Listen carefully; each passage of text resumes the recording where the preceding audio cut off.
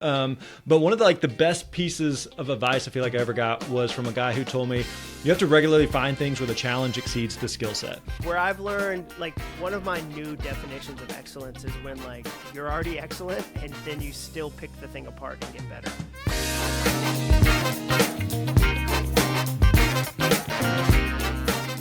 Hey, what's up, friends? Grant Baldwin here. Welcome back to the Speaker Lab podcast. Hey, excited to have my good buddy Jon Acuff with us today. It's been a minute since he's been on, and so I literally texted him a few weeks ago. I said, hey, you just need to come back on. We'll figure out what we're talking about. But always just fun to get to hang out with you. How you doing today, man? I'm great. It's good to see you again. We live 10 minutes from each other, but this is how we hang out. This is it. This is ridiculous. Our mutual friend, Sean Hanks, we go to church together. Nice. We live you guys even are closer going to church than, now. Yeah. That's good. We're coming around. Yeah. Then he lives 2 minutes from me, and yet he and I were at the National Speakers Association conference in Denver a couple months ago last summer, and had a 4-hour breakfast hanging out. And I was like, dude, we live 5 minutes from each other, not even. And this is the most time we've ever spent consecutively, and it was awesome. And you could probably hit a hipster coffee shop with a baseball from either one of your houses. And this is true. This is true. Nonetheless, we've landed here. All right, so we've had you on the show multiple times. You've built a very, very successful business, and your model is what a lot of speakers would aspire to. If you're doing what I would assume 40, 50, 60 gigs a year. Yeah. Is that fair? Mm-hmm. And primarily keynotes. Show up, do I assume 45 to 60 minutes, do a dog and pony show, sign some books, take some pictures, and head off to the next gig. Because most of the time, my impression is you're not doing long, in-depth workshops, seminars, breakouts, anything. I would really say long. once what sometimes happens is about twice a year somebody will say, hey, we want a 2-day. So we've got leaders that are in this program. We want you to expand your content. And then the other thing that'll happen, I did a three different events with Lexus. So Lexus will say, hey, we're so big, we bring in 3 dealership groups 3 different times. Will you come do 3 different? So that kind of extends it. But no, I'm not doing where somebody goes hey, we want to do a 2-day training thing. It's 8 hours of content. Here's what we want you to do. I'm doing strictly 30 to 60 minute keynotes.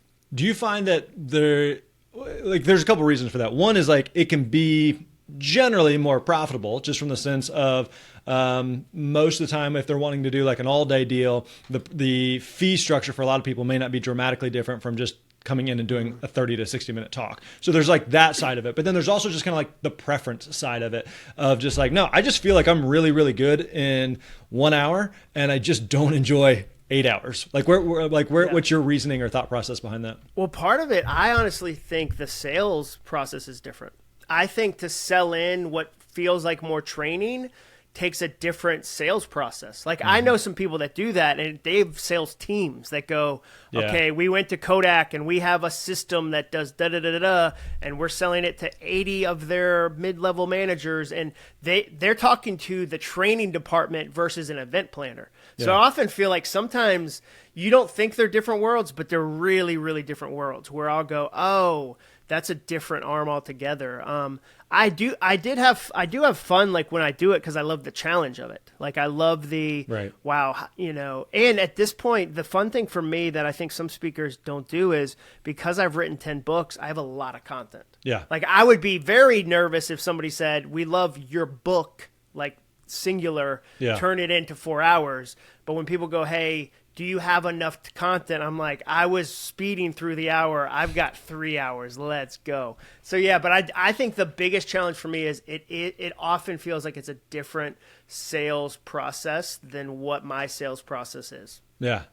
All right. So one of the main things we want to talk about today is you just recently announced within the last month or two, you're hosting an event. Now, again, the model for most speakers is I'm going to go to your event. Handsome talent. I just show up. Just show up. I'm here to shake hands, kiss babies. Eat your granola bar. Yes, that's what I'm here for. That's all. Yeah. And let's be honest, it's a heck of a lot simpler to do it that way versus I saw you send out the email of your deal. I was dang, okay, here we go. And you've been at it for a long time. You've got a significant audience. You'll be able to sell it out and fill up a room. It's a cool space. You're doing it at the factory, right? Here in Franklin. Really cool space. It'll be awesome. But I guess also my question is just but why? Why are you doing this? There's so many other things that you could do that just seem arguably simpler. And so, like, what's the point of taking on something like this? It's a good question, because the reality is, like, when you do a webinar, you don't have to pay to rent tablecloths. Like, no, like a webinar Nobody cares joke, about coffee, dude. Nobody cares. Like, and nobody goes, "Is there childcare for my webinar?" No, absolutely not. So yeah, I guess you could look at it that way. But part of what happened is I decided to deliberately move from solopreneur to business owner. Meaning I took on a partner, I took on a president to say, hey, I've taken it as big as I can. Like I'm not seeing like the ability for me to do what I really want to do by myself. So how do I turn it into a bigger, full functioning business? And that kind of generated a bunch of different things we're trying. So one of them was the live event. So when I got to a place where I was like, you know what, I could do 50 events for the rest of my life, roughly. Like, things will come up and down, obviously. But I want to try to reach millions of people. Like, what would it look like? What would it take to reach millions of people? Like, oh, okay, now I need to admit I don't have, like, I've taken it as far as I can take it.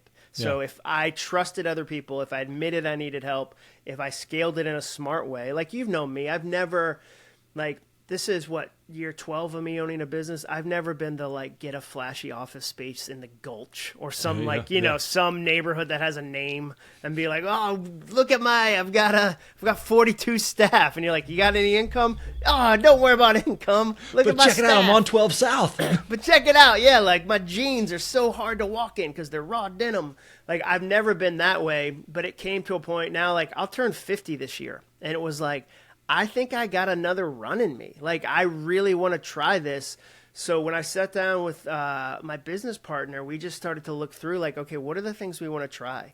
And so we launched a big virtual event that did really well. And then we were like, okay, what if we tried this? What if we tried this? And then the live event was like, I think we should try a live event. And we've got a community that's asked for it for years and years and years and years. And so we felt like we had a community that we could serve with it versus we got to go try to drum up a community. Like, we've got a really active online community.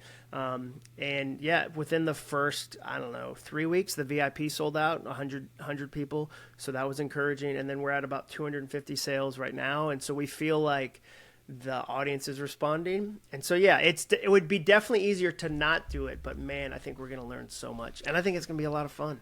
I want to go back to one of the things you touched on of going, all right, you're doing 50 gigs a year, give or take. You release a book every other year or so. Yeah. And like, again, you could just run that playbook for the rest of time and continue to do well. You have an amazing life. You have an awesome family. You are newly empty nester. Your girls are nearby. So you can go hang out with them. Jenny, your wife, is able to travel with you now. And so it's kind of like, you've got a lot of the pieces that a lot of people would aspire to.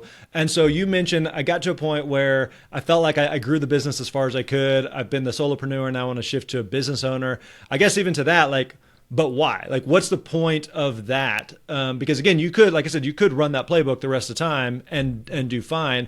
Are you feeling bored, restless, burnout?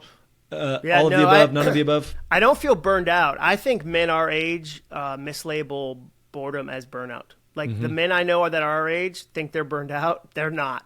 It's not that they've given their all and tried really hard and left it all on the table. They've rusted and they're bored. And so I don't feel like I was burned out. I just saw that I was going to get bored eventually. And so it's kind of like I would throw the question back to you and go, why did you learn how to fly? Like, it's easier. Southwest is pretty good at flying. Like, I can buy a ticket. Like, I don't have to buy a plane. Like, they got them. They have planes. Many planes. And so, like, for you, like, you go, well, why'd you go learn how to fly? Like, you learned how to fly because you're like, I want to see if I can. I think that's going to be fun. I want that freedom. I want that ability. So for me, it was like, I got to a spot and I was like, I want to see if I can do this. I think it's going to be a lot of fun. And to be honest with you, I think I was just hiding. Like, I think it was I wanted to prevent boredom and I wanted to admit hiding. That I knew I was capable of it and I wasn't doing it. And eventually you have to just admit that, or you just continue hiding. So it was like, I think I can do this. I've wanted to do this and haven't admitted it for a while. So what are the steps I take? The kids, I'm empty nest, so it's a new season of life. So the timing's good.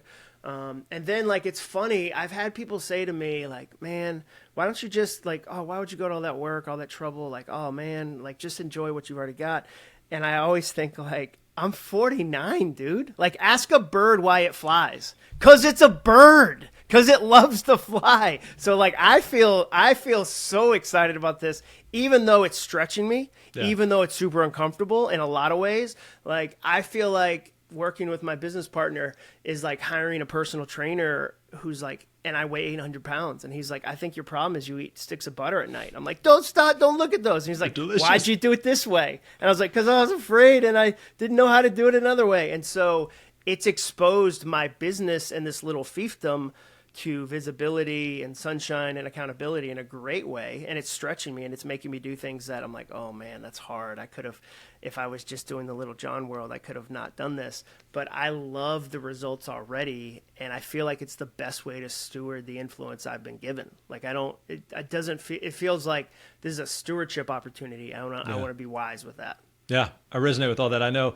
you and I have had multiple conversations. I remember one time we were walking around downtown Franklin, and we were talking about. I think I was telling you a little bit about Speaker Lab and like, hey, here, here's what the team size was at that time, and you work closely with, or one of the people on your team lives a couple houses down from us, and. You're like, hey, it's just, it's primarily me and her, and it's awesome. And what you're doing over there with the Speaker Lab in terms of that, the size and scope is like, that sounds awful and miserable, Yeah. And oftentimes it does feel like, the grass is greener elsewhere. But one of the best pieces of advice I feel like I ever got was from a guy who told me, you have to regularly find things where the challenge exceeds the skill set. And meaning like when you first got on stage, either one of us, like you just feel like, I don't know what the heck I'm doing. I'm way over my skis here. This is gonna be a disaster. But what happens is over time is it flips and the skill set exceeds the challenge. So my assumption would be you could go stand on stage right now in front of 1,000 people and crush it and just be on autopilot and just kind of go through the motions and be bored. And just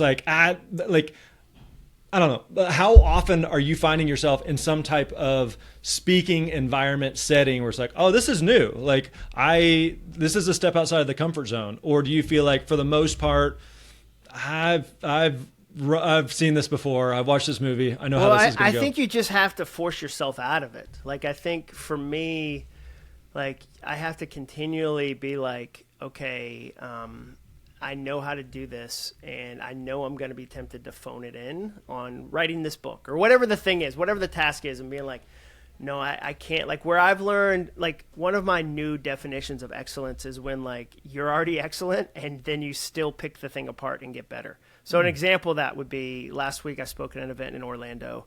Went really well, tech company, got a standing ovation. And I don't get a lot of standing ovations. Like the way I structure my speech, there's not like a big emotional high at the end. Yeah. So there's not a lot, it doesn't naturally generate a lot of standing ovations. I always get great reviews and it's fun, but it's just not something that happens a lot. So I got one, my business partner was with me, and half an hour later he's at the airport and we're in the food court and he's like, hey, here's 5 things I think you need to do better. And he was right.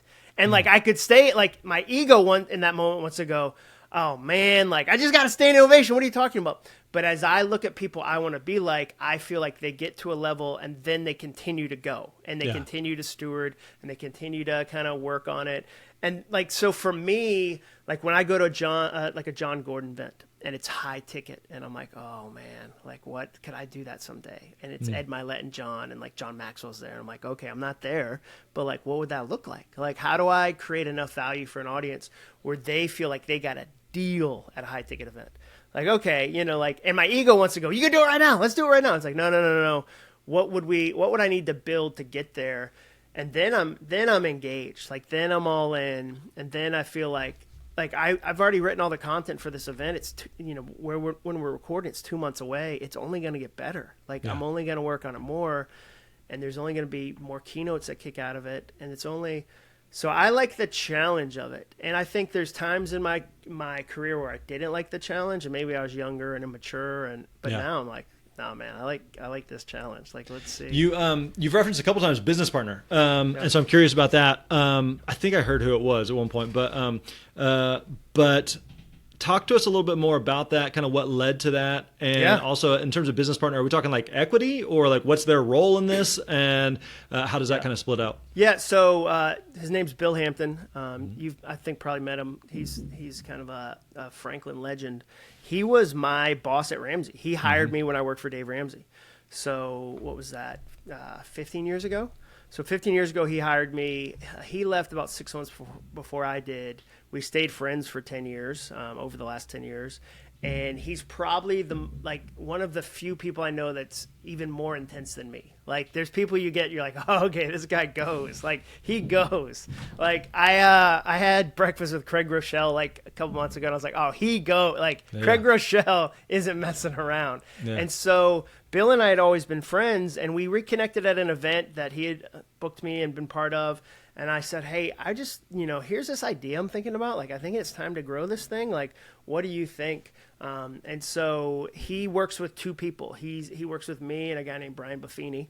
Those are kind of his two main clients. And so he's probably doing stuff with me 20, 30 hours a week.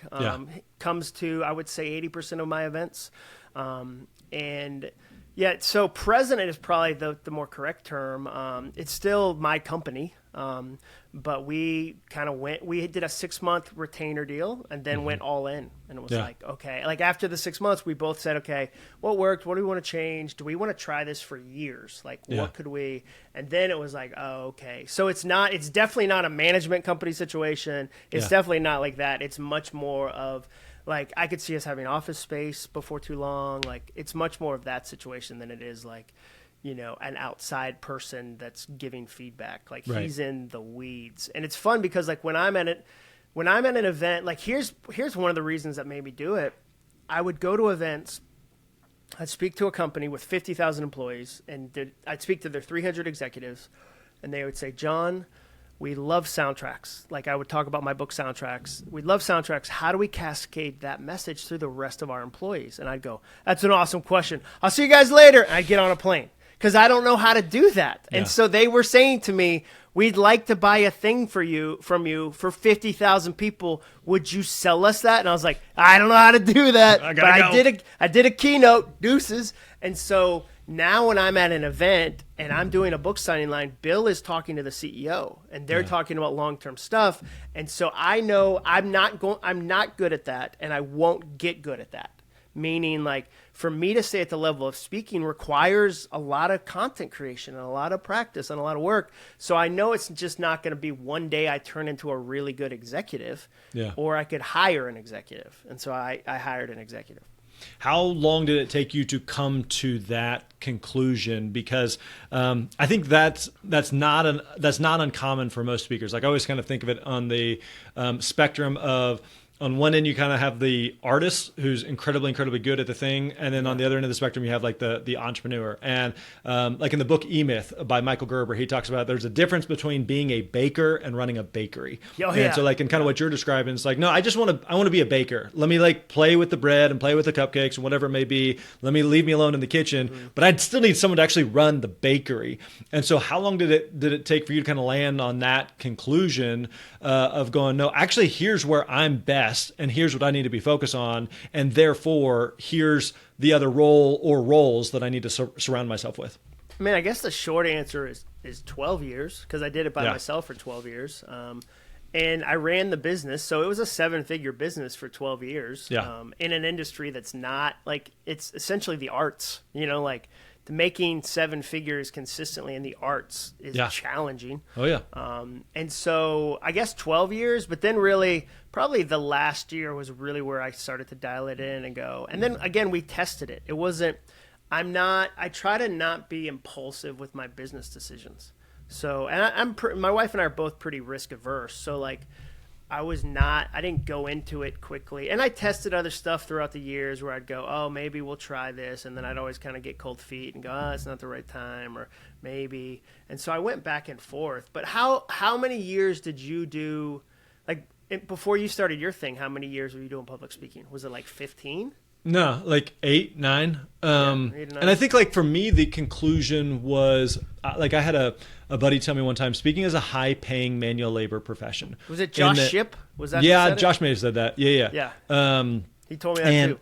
And it's very true. Like it's the nature of speaking is you get paid really well to stand on stage and run your mouth and tell jokes and then sign autographs and move on with your day. But the nature of it is you have to get on a plane, you have to leave your family, you have to go do the thing. Yeah. And so I was telling someone the other day, like over the weekend, I was hanging out with a friend who we're both here in the Nashville area, and he's in a very successful band, and they play all the big arenas and yada yada yada. And we were talking about like the time that you're on stage is amazing, and everything else is pretty boring. You're backstage, you're waiting, you're in a hotel, you're waiting, you're at an airport waiting, you're on a plane waiting, and you're just like, if I could just like do the thing on stage and then magically poof back to my bed, like sign me up for that. But that's not a thing. So the nature of it though is you have to show up, you have to do the thing.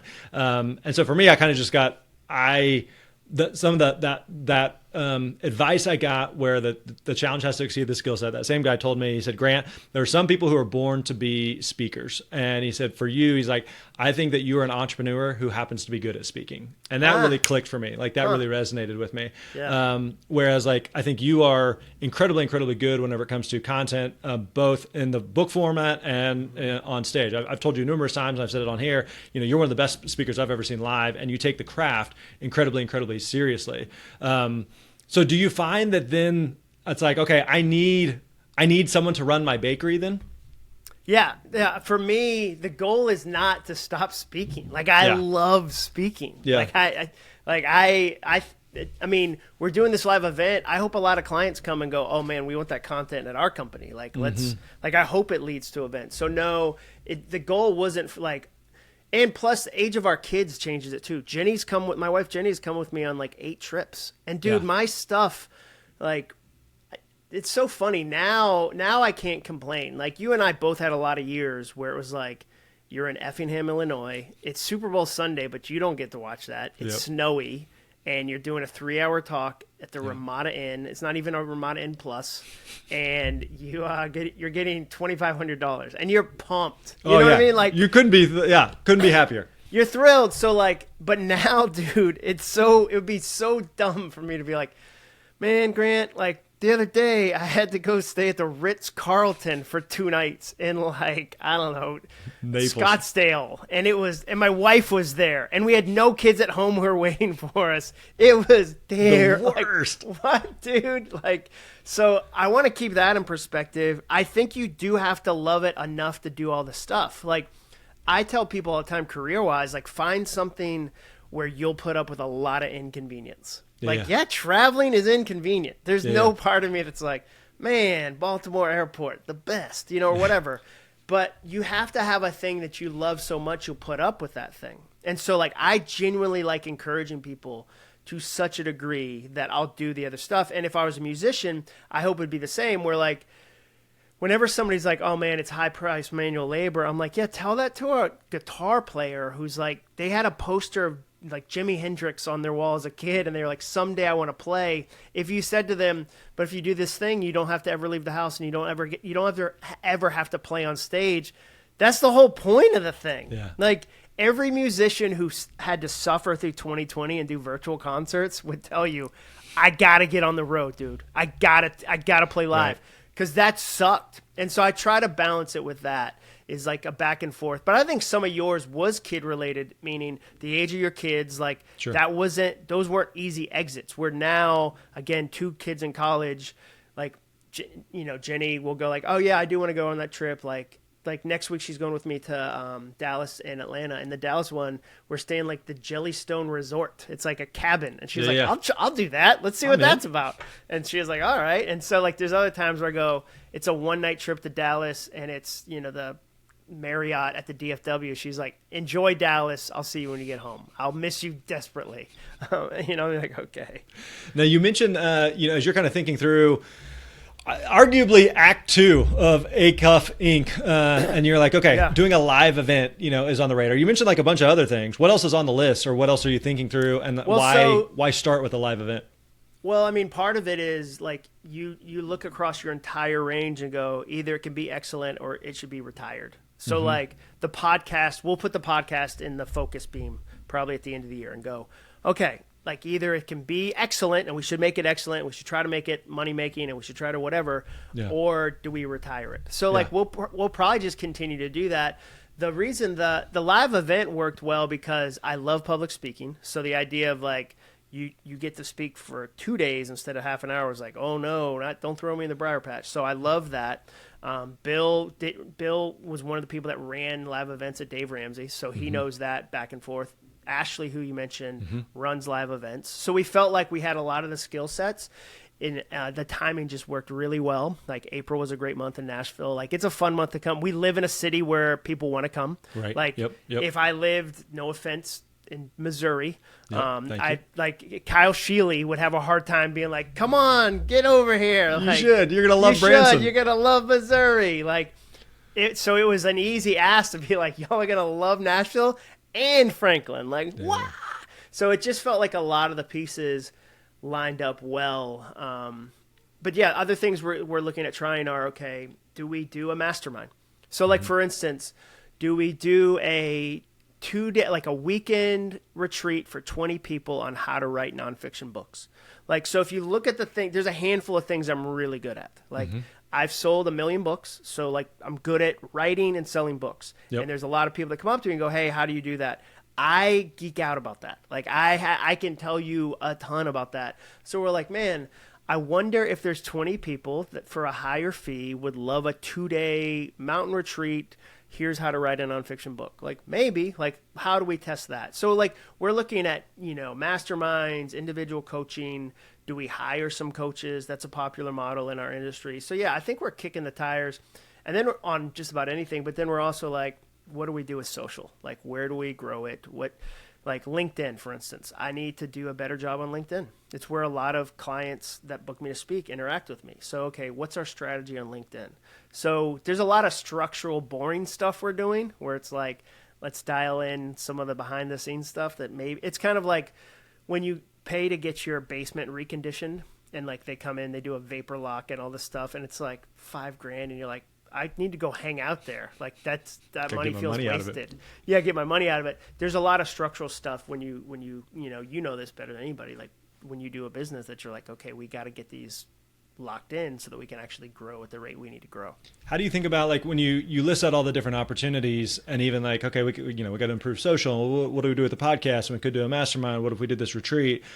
What's the Venn diagram there where you're thinking through like what makes money? What keeps the business sustainable and profitable, but then also like what sounds fun, what sounds like enjoyable, what's something that may be repeatable. You could certainly do like a one-off retreat and do well, but then like, well, then what? What happens on Monday? But then also there's the like I think about this with social. I don't do anything with social, and selfishly, like I just don't want to. And so, how do you think about that? Of going like, okay, I feel like I need to do better with LinkedIn, but if you're just like, at the end of the day, I just don't like LinkedIn. And I recognize the trade-off I'm going to make. That may cost me business. I may lose out on some gigs to some people who may be more active on LinkedIn. So how do you kind of think about that Venn diagram for the business, for your own personal desire, for your own personal pleasure and fun, where you're at in life? Talk us through that. Dude, it's funny. I saw a clip of Harrison Ford. He's in that new Captain America movie, which I'm gonna be honest with you, it looks terrible. But I don't know the many layers of Captain America's backstory. All right. But in the movie, Harrison Ford's the president, but he's also the Red Hulk. So imagine 82-year-old Harrison Ford changing into the Hulk, only he's red. So like when I saw the trailer, he was the president in Air Force One, wasn't he? Well, he's back, and he's back. Also the Red Hulk. Second term. And so when I saw his body changing, I was like, oh, stop. Like, in the theater, I yelled that at the trailer. I was like, oh, stop. So I saw somebody today ask him in an interview. They go, hey, it's got to feel ridiculous for you to be acting out the Hulk scenes by yourself in a studio. Because, he has to do all that, and he's got all the electrodes on or whatever. And they're like, how do you like push through that feeling of being ridiculous and how dumb that looks? And he goes, well, I hate to break the magic for you, but that's the role of the money. And like, he was like, hey, so there's some things I do where I'm like, get over yourself. Like I don't like making videos on social media. I feel uncomfortable. I reshoot them. I'm like, I feel unnatural. Like in this, I can talk with you all day. I turn on the camera, it's just me in his office. I'm like, hey, gang. Oh, no, don't say hey, gang. That's terrible. Like. Don't forget to like and subscribe. Click that button. Yeah. And I have to say some intro that's like, what my mom said to me when I was 4 changed my entire life. I'm going to tell you in 11 seconds. Like, I hate all of that. Yeah. But I'm also like, how do I find my version that still still serves the audience? So like not become a different person, but go, man, like my when we animate a tweet, like when we put a tweet as a reel, it goes through the roof because I'm a writer. Like I'm great at writing tweets. Yeah. Like where if I try to be like I saw a video the other day from Pat Flynn and I was like, this is fantastic. And I was like, yeah. He's a videographer. Yeah. He's a fantastic YouTube. So I think a big part of it is some of it I just tell myself, get over it. Like it's part of the job. Like it is what it is. Some of it I try to find my version of and go, okay, with my small little set of skills, how do I do this? Some of it though, I do say like, I'm learning to kind of say like, what am I good at? What am I not? Like, so if say Sean Hanks, you mentioned Sean Hanks, he runs Premier Speakers Bureau. If he was like, man, we're getting a lot of requests from clients for people who speak on AI. I would go, good, that's awesome for them. Congratulations. I'm not good at that. Like, and it would not be authentic or honest or helpful. Like, I might even be able to sell a couple talks on AI, but dude, I'm not good at that. I'm not like, and I would be up there being like, oh man, it's with computers and they're so fast. You're like, it wouldn't be good. And so the older I get, the more I try to stay in those spots. Yeah. And that takes humility to also be like, I'm not good at everything. Yeah. Like, and when I was younger, I might have been like, I can do that. But I really feel like excellence is like, yeah, Michael Jordan was a decent baseball player. He never made it out of the minors. That's okay. He was awesome at basketball, and you're like, all right, like Kobe Bryant was amazing at basketball. He was a terrible rapper. He's just a terrible rapper. Like, do it as a hobby, fine. But don't try to tell me you got bars. Like, you what about don't. Shaq Diesel. Yeah. Fushnickens and Shaq do it. Yeah, Shazam. No, Shaq the same way. Like, so I try to find my spot and then do, but like some of it is like, I just try to be honest to myself. Do the things I need to do because they're part of the job. Like, and get some things I'm just like, just get over it. Like, oh, you don't, I need to. Which, do that. I mean, the reality is like, that's the case with anything, that no matter how much you love something, and I know you and I both genuinely love what it is that we do, there's going to be 5, 10, 15%, whatever. You're like, it just comes with the territory. Every job has it. The other thing is it makes you relatable.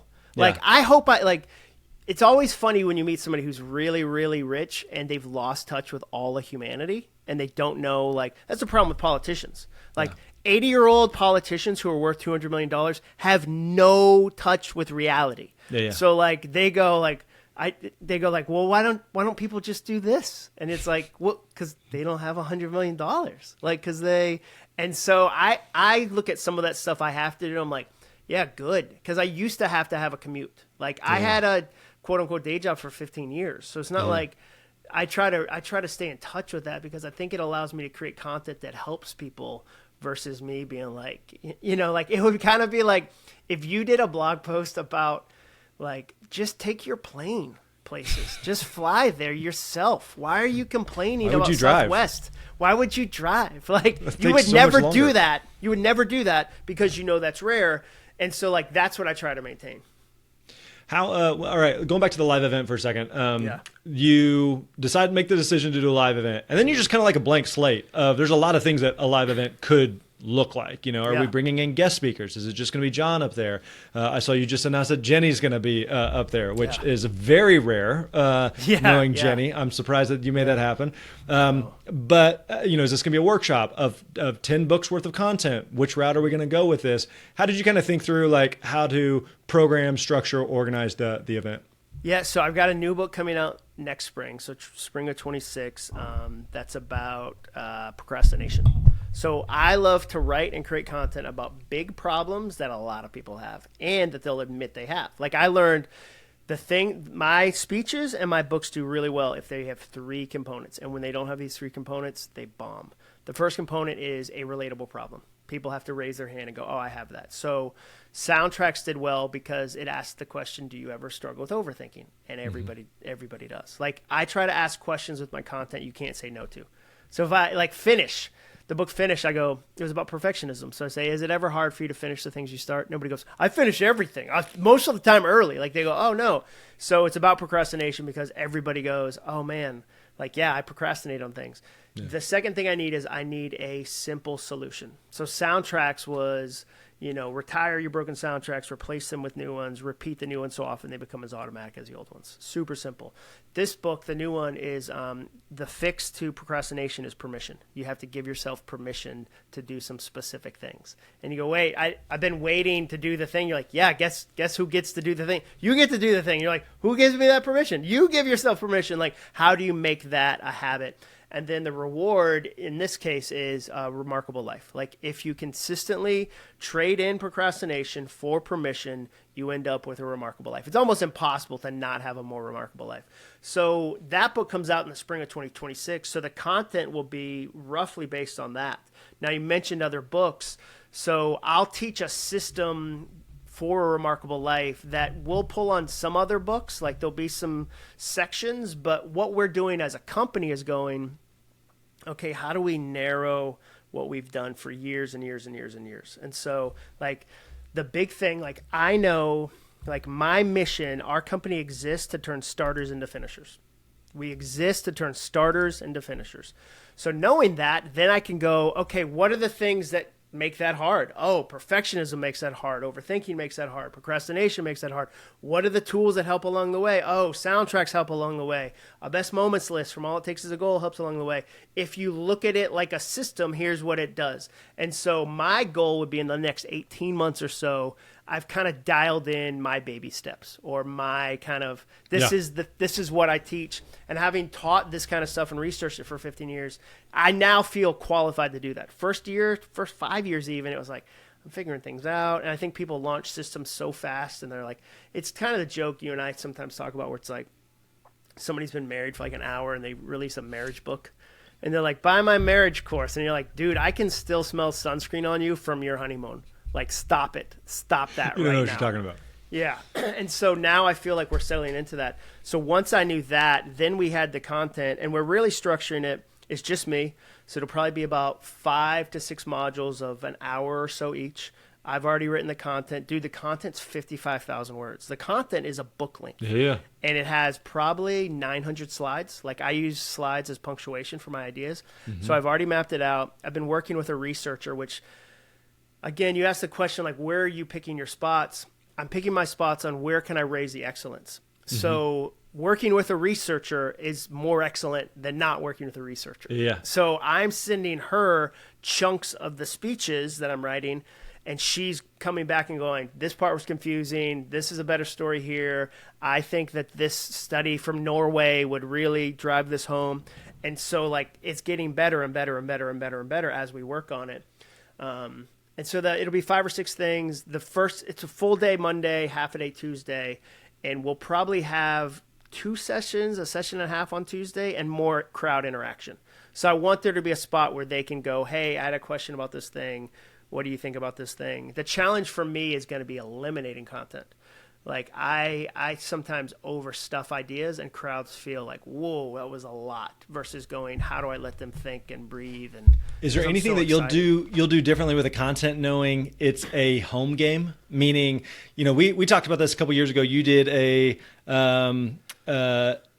couple of nights at Zany's local comedy club here. And so one of the things we were talking about, how it's one thing to go to a comedy club to see whoever happens to be on stage that night. It's another thing to buy a ticket to say, I'm coming to see fill in the blank, right? So in this case, everyone there, it's not like, I work for XYZ company and my boss made me come to this. Who's this guy? I hope you're good, Yeah. They like, no, we came to see Jon, and just Jon, right? Does that change anything for you? Because if anything, like, it makes it more fun.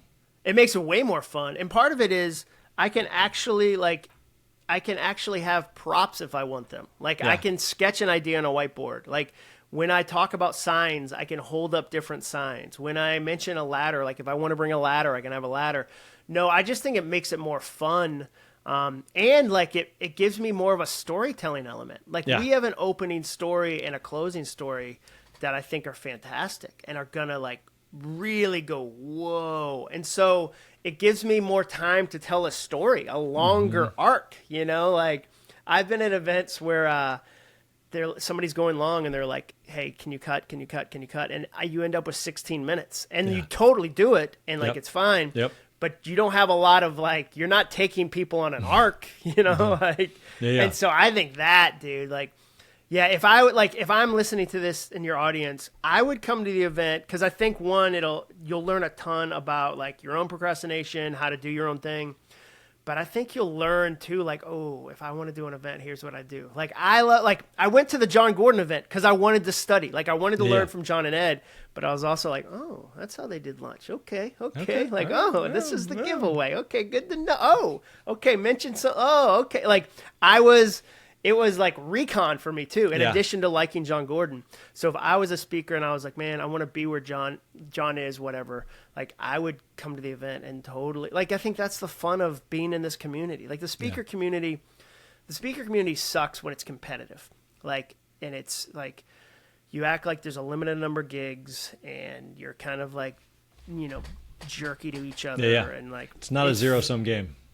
It's fun though when you're like, dude, like Ryan Leake's great. Like he's great. Like oh, you need a speaker? Have you like today I told a client, because I've spoken to him 3 or 4 times, I don't think they'll bring me back next year. And I was like, have you heard of Brian Buffini? Like, oh my gosh, dude, Brian Buffini is killing it. Like he's one of my favorite speakers. And if they end up working with Brian, that's awesome. And so that's like, so I would just invite speakers, and we've got a code. It's podcast 50. We'll put in the show notes as always.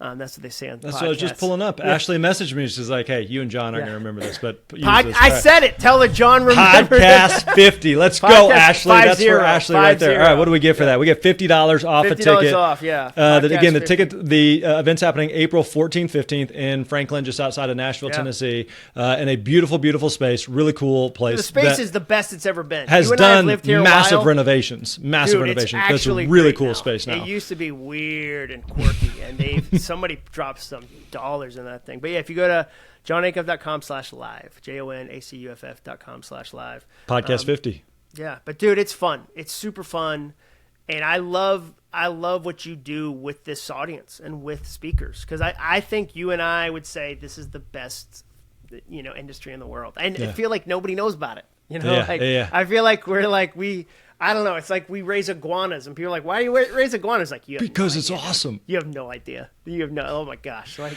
hey, but I would echo one of the things that you said there about if a speaker's listening to this right now and considering like, what's my schedule? April 14th, 15th. You need to come to this for 2 reasons. One, like I've said before, John's a phenomenal communicator. So you will learn a ton about just communication and watching a pro do it and doing a significant amount of it. Like you said, you're doing 6 hours of content? Yeah, probably about 6 hours. So okay, we're going to count on that 6 hours of content.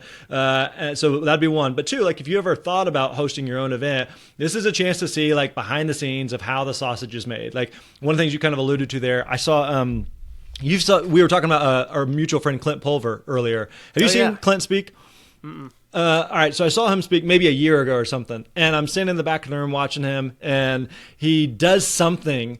And I was and it looked like a technical miscue is what's happening. Yeah. And within a few minutes, I was like, oh, that whole thing was, I saw like the sleight of hand for a second, you know? And you're like, dude, so I told him afterwards, I was like, dude, that was so good. Yeah. So the point being is like, hey, even if you're a speaker, like, I don't know if I'm going to have an event, go to this event because you're going to learn a ton. You're going to see some of that sleight of hand, how the sausage is made. It will help you in your own speaking business. Here's my favorite thing. Like, I won't say the person's name, but I was at a huge event, the biggest event I've done, and one of the other speakers texted me after and said, I was in the green room trying to take notes for my speech, and and the TV was on, and I could hear you, and I had to stop and take notes on what you were saying because the content, and that was the nicest compliment I ever got. Because we, like as speakers, you're like, I don't need to go to an event. I get it. Like, work hard, get up early, cold plunge. I know this stuff. And dude, I promise you, you will walk away with a full workbook where you're like, oh, like I think it's minute 18 where I'm like, here is what your purpose is. Like, I will tell you exactly what your purpose is with the easiest little system. And you'll be like, wait a second, that's it? Yeah, that's it. So there's going to be stuff like that where it's like, oh, you procrastinate. Here's what to do. Oh, here's how to do a review of your goal. Here's how to, triple the size of what you're doing. And the fun thing is I've tested it all. Like this is 12 years of me being a goal nerd. No, like, dude, I'm doing a thing right now. This is so dorky. July of 2023. So what's that? 17 months ago, 18 months ago. Okay. I started keeping track of hours where I was focused on being remarkable. I was like, okay, I want to be remarkable. Dude, I've kept track of like 2,100 hours. Like 1 hour by an hour. Every time. You fill in a box too, don't you? Dude, I write it down. I write it down. Like, and the reason I do it is I'm like, so I started to do it because I wanted to get wise. I wanted to get better. I wanted to kind of become excellent. And I did it for a month, and I did 60 hours, and I was like, ooh, I think I can do more. And then I just started to do more and more and more and more and more. And then I just started to see my decision-making get better, and I started to see so many parts of my life improve. And then it was like, could I do this for 10,000 hours? If the Malcolm Gladwell 10,000 hours thing is true, how long would it take me to get to that? And now I know it takes 138 hours a month over a 6-year period. So now I'm like, so now I'm 2 years in. So at the end of this experience, I'll probably totally teach hey, here's how to do the 10,000 hours thing. Yeah. Because I've tried it. And so like, I think you and I are the same in that when speakers, when you can tell they haven't done the thing or they don't care about the thing, or they're just saying the thing that sounds right, but they don't really believe in it. Like audiences can tell that in a second and they go, oh, this is fake. And so I think that's one of the things I'd encourage speakers, like test your stuff on yourself. Yeah. Like, because it exposes problems in your content too. Because you'll try it and go, oh, I thought it would work this way. It was the opposite. If I had gotten on stage and told people that, it wouldn't have helped them at all. Because I'm always thinking, like, how do I get the next event? Like, how do I want it to go so well the client goes, we got to have you back. Or we want to do training with you. And I think if your ideas are tested that way, you have a much greater shot versus like, I'm there for one event. I do my thing. Who cares how it was? I'm out to the next client. Like that's not a sustainable career to me. All right. Go buy your tickets. JonAcuff.com/live. Podcast 50 is the code. You get $50 off the ticket there. John, always good to catch up with you, man. And we appreciate you. The best. Thanks, Grant.